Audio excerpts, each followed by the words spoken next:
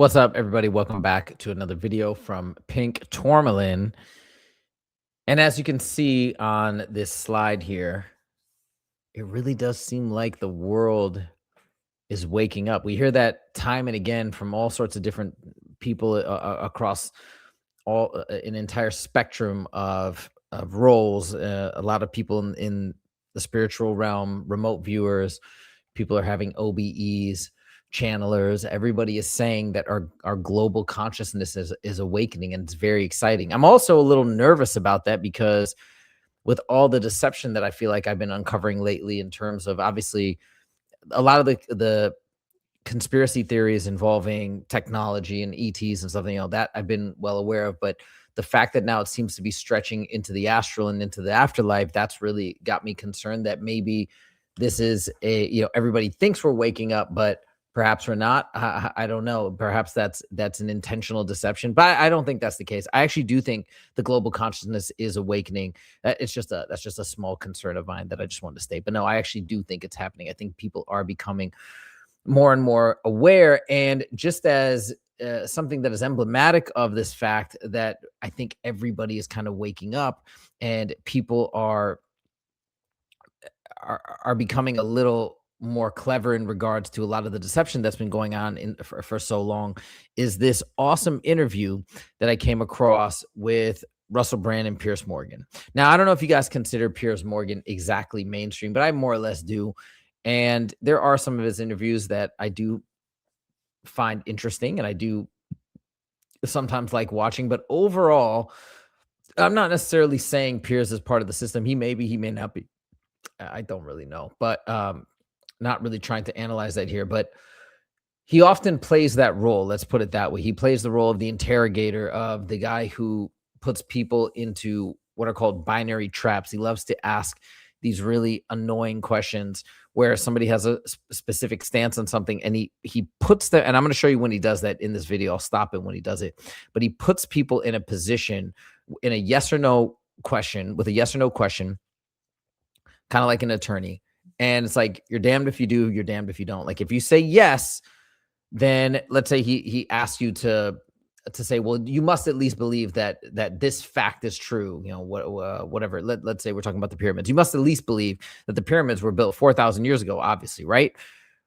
And if you say yes, then he's got you hook, line, and sinker into that paradigm. Now he's got you locked in there, and he can sort of dismantle your arguments going forward if you're trying to contest like the nature in which the pyramids were built or whatever. And if you say no, then he's like, but that's ridiculous. You're obviously going against mainstream science. There's a number of scientists that have said this, and blah, blah, blah. So then he can call you crazy. So it's basically, he either gets you into his specific paradigm that he's trying to push or that he's trying to support, or he's got the ability to then essentially discredit you. He does this all the time with all his guests. And it's quite frustrating because I don't understand, unless it's just meant to be truly a gotcha moment and a moment for him to get views and get clicks, which it very well may be. But if it's not that, I just don't understand why he carries himself this way, why he needs to be such an antagonist as opposed to just trying to be on a quest for truth and have more fruitful conversations with people as opposed to attacking them. Now, I understand,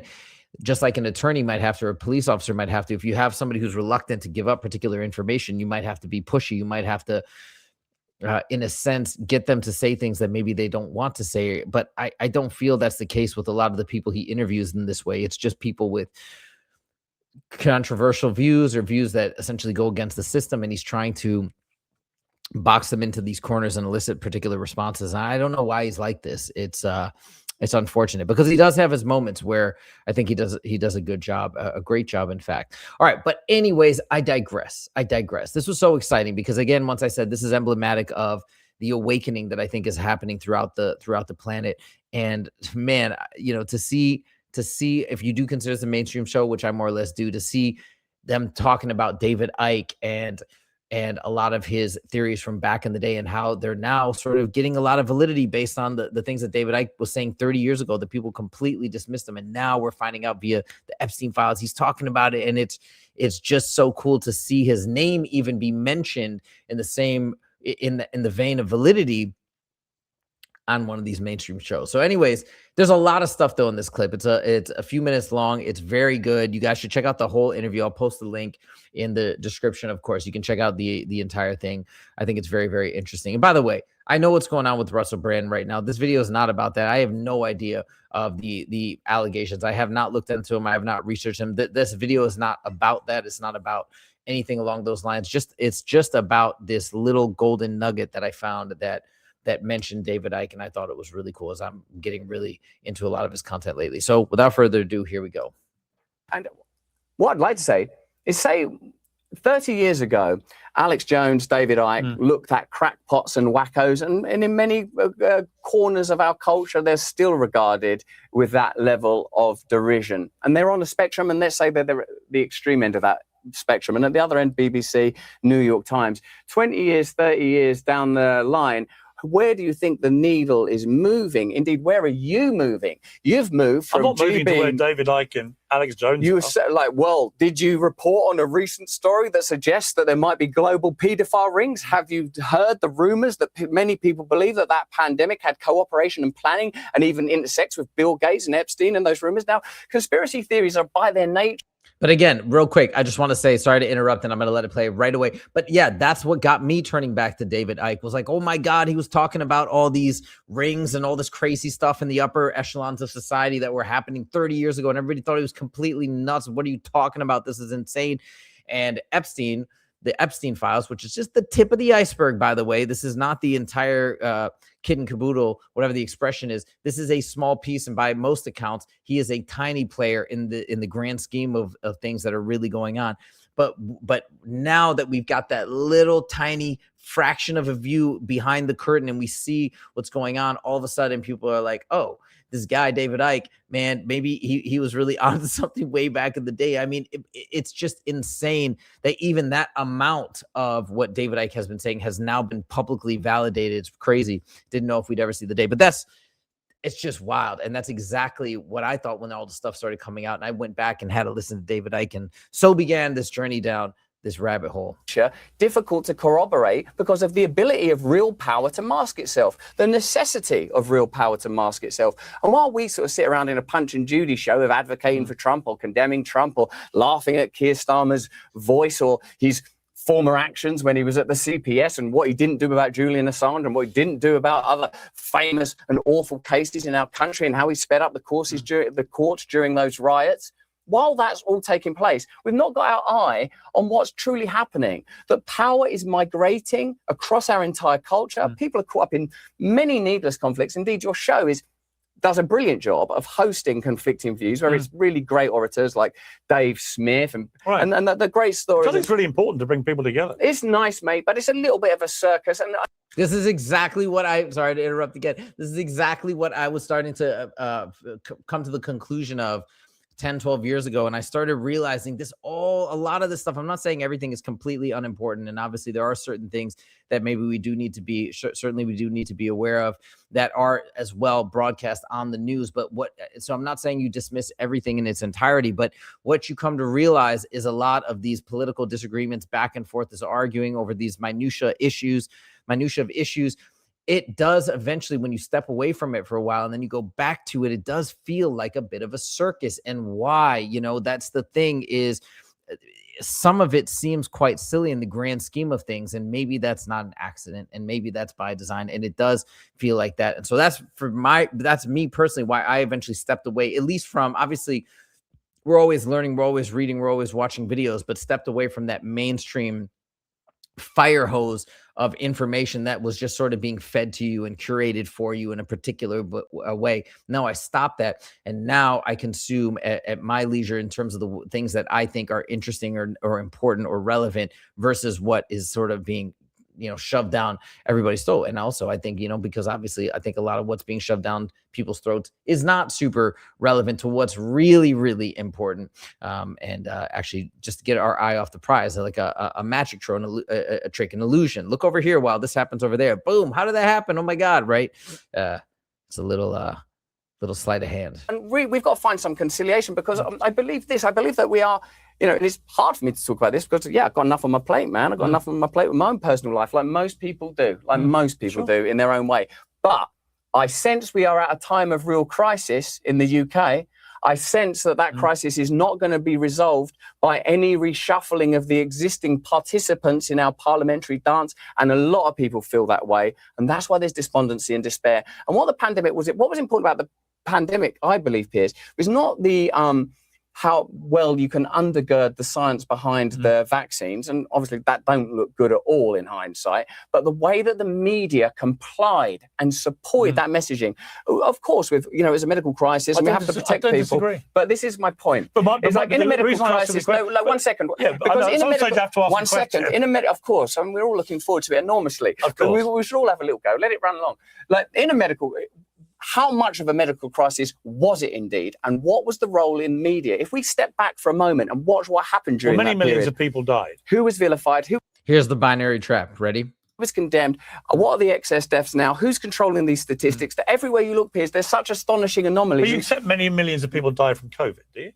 I'm so uncertain. That's it right there, right? So you either say yes, and then, okay, he's got you on that. So, okay, well, then the response, whatever he's trying to say. I'm not an expert by any means, and I'm not trying to say I'm on this science related to the pandemic, but you see what he's doing. And then if he says, no, you don't accept it, but then you're crazy because this has been reported and the numbers are here and there and whatever, right? And you can discredit him. So this is what I say. It's a binary trap. Piers does this all the time. It's so annoying because why are you doing this to people? Why can't you just have a fruitful discussion? But anyways, I digress. And about what happened at that time, that I believe that I use it mostly now as a kind of lens to look at how disgusting our culture has become, how appalling, how condemnatory. But why are you avoiding my question?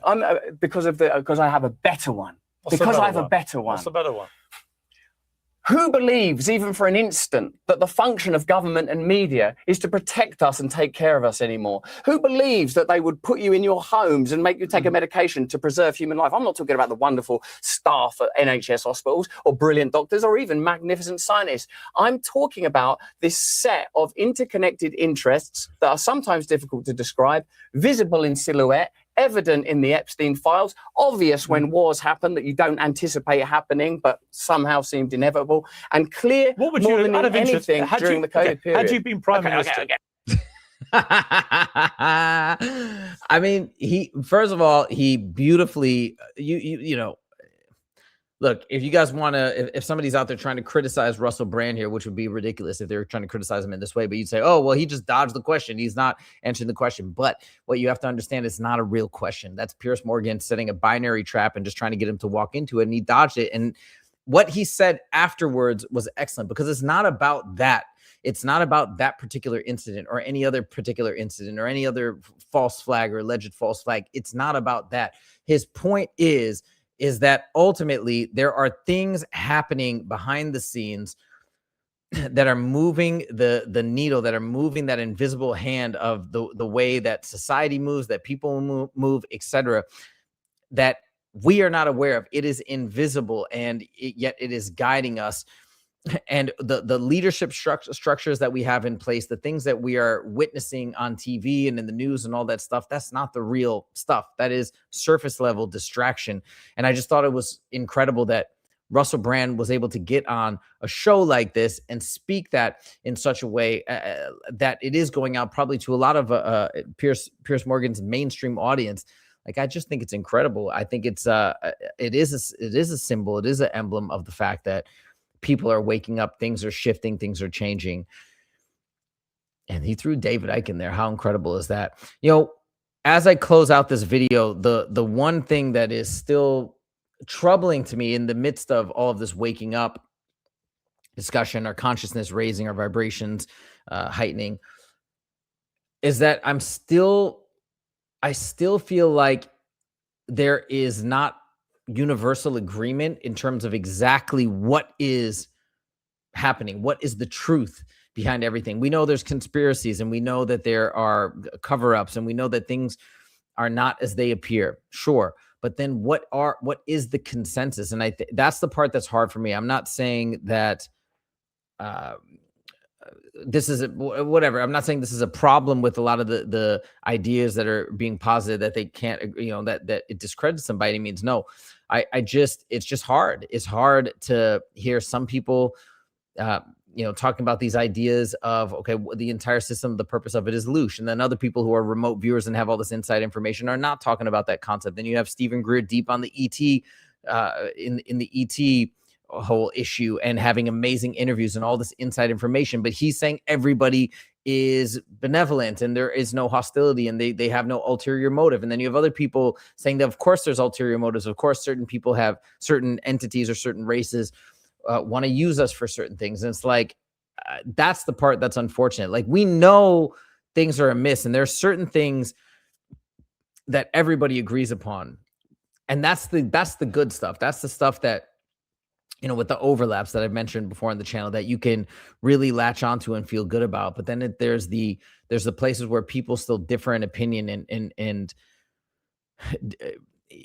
are not really, they're quite stubborn in these disagreements. And that's the part that's just hard, because I'm trying to get to, and maybe we all are, we're trying to get to that one answer, which is the truth, ultimately the truth. There is one truth, and we're trying to get to that truth. And it just seems hard to completely get there.